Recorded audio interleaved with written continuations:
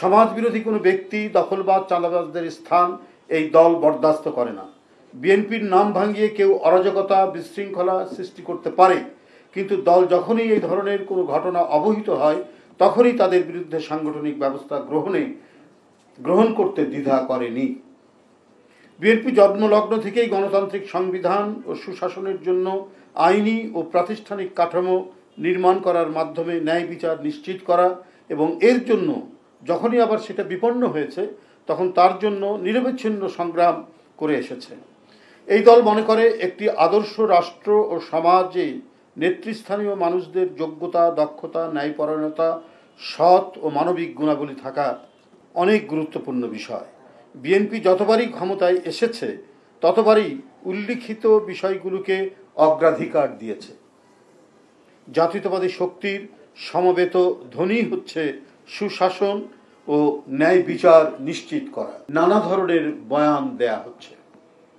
সাংবাদিক বন্ধুরা, বিএনপির নাম ভাঙিয়ে যারা অপকর্মের সাথে জড়িত তাদের বিরুদ্ধে তাৎক্ষণিকভাবে দল থেকে সাংগঠনিক ব্যবস্থা গ্রহণ করে আসা হচ্ছে।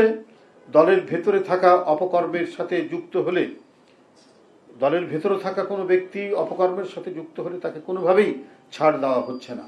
ইতিমধ্যে বেশ কিছু নেতাকর্মীকে বহিষ্কার, অব্যাহতি প্রদান, পদ স্থগিত, কারণ দর্শানোর নোটিশ প্রদান করা হয়েছে।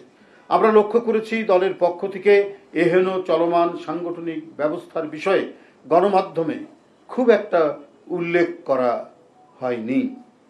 উপরন্তু আইন শৃঙ্খলা বাহিনীর ঢিলে ঢালা ভূমিকা রহস্যজনক। দলের পক্ষ থেকে বারবার অপরাধী ও বিশৃঙ্খলাকারীদের বিরুদ্ধে আইনি ব্যবস্থা গ্রহণের জন্য বলা হলেও প্রশাসন নির্বিকার থাকছে।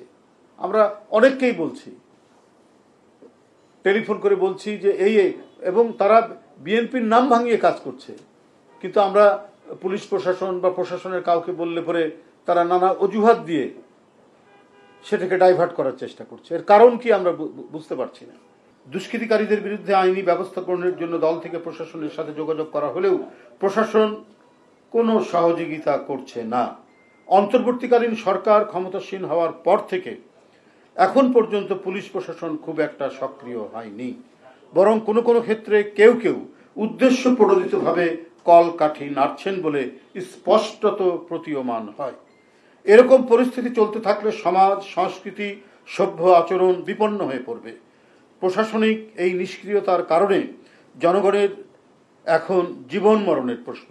গণতন্ত্রের স্থায়ী পুনরুজ্জীবন ও ঐতিহাসিক সার্থকতা নির্ভর করছে রাষ্ট্র ও সমাজে শান্তি ও স্থিতির উপর। আর এক্ষেত্রে দক্ষ প্রশাসন অতীব জরুরি।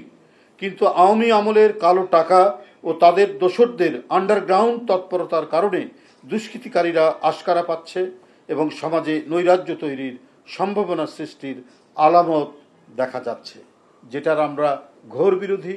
আমরা বারবার এই বিষয়গুলি তুলে ধরেছি আপনাদের মাধ্যমে, কিন্তু প্রশাসন এ ব্যাপারে শক্ত ভূমিকা রাখবে তারা সেটি রাখছে না। এই ধরি মাছ না ছুঁই পানির মতো তাদের আচরণ। কিন্তু প্রশাসনকে বলার পরেও তাদের তো উদ্দেশ্য, ওরা বিএনপির নামে করছে, আমরাই বলছি বিএনপির পক্ষ থেকে যে এদেরকে ধরুন। এবং যারা নানা রঙে, নানা কালারে এবং বিভিন্ন জায়গায় আরো বিভিন্ন রাজনৈতিক দলের নেতাদের কথা শোনা যাচ্ছে, তাদেরকে তো একবারই সম্পূর্ণরূপে ধরাছোঁয়ার বাইরে। তো এটা কি হতে পারে? একটি রাজনৈতিক দলের একটি কর্মী সভার মধ্যে পুলিশ কর্মকর্তা পোশাক পরে বক্তৃতা করছে। এটা আওয়ামী লীগের আমলে এটা সম্ভব, এখন কি করে এটা সম্ভব? এই ঢাকা মহানগরীতে এই ঘটনা ঘটেছে। একটা পুলিশ অফিসার, একজন প্রশাসনিক কর্মকর্তা, সে ছাত্র জীবনে যে কোনো ছাত্র সংগঠন করতে পারে, তার রাজনৈতিক আদর্শ থাকতে পারে, কিন্তু তার কর্তব্য বাস্তবায়নের সময় সে কখনোই তার রাজনৈতিক ইচ্ছা এবং আদর্শের কথা প্রতিফলন করবে না।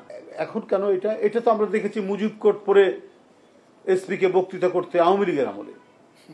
তো এখন কেন সেই অবস্থা? আরেকটি ভিন্ন একটি সংগঠন, এটা তো সম্পূর্ণরূপে চাকরি বিধির পরিপন্থী। নিজেকে জাহির করা, আমি অমুক দলের লোক। আজকে একটি পরিবর্তন ঘটেছে, একটা দানবীয় সরকার পতন হয়েছে। এখন তো আইনের শাসন মানে যারা আইন প্রয়োগকারী সংস্থা যারা প্রশাসনিক ব্যক্তি তারা নিরপেক্ষ আচরণ করবে, তারা যথার্থ আচরণ করবে, যাতে সমাজের কোনো মানুষ আইনের আশ্রয় নিতে গিয়ে বঞ্চিত না হয়, রাজনৈতিক কারণে সে যাতে কোনোভাবেই বঞ্চিত না হয়। সেটাই তো হচ্ছে আইনের শাসন। সেটা না নিয়ে ইউনিফর্ম পরা পুলিশ যদি একটি রাজনৈতিক দলের কর্মী সবাই বক্তৃতা করে, তো এটা তো বিপজ্জনক। এটাই তো নৈরাজ্য ধেয়ে আসার সম্ভাবনা রয়েছে।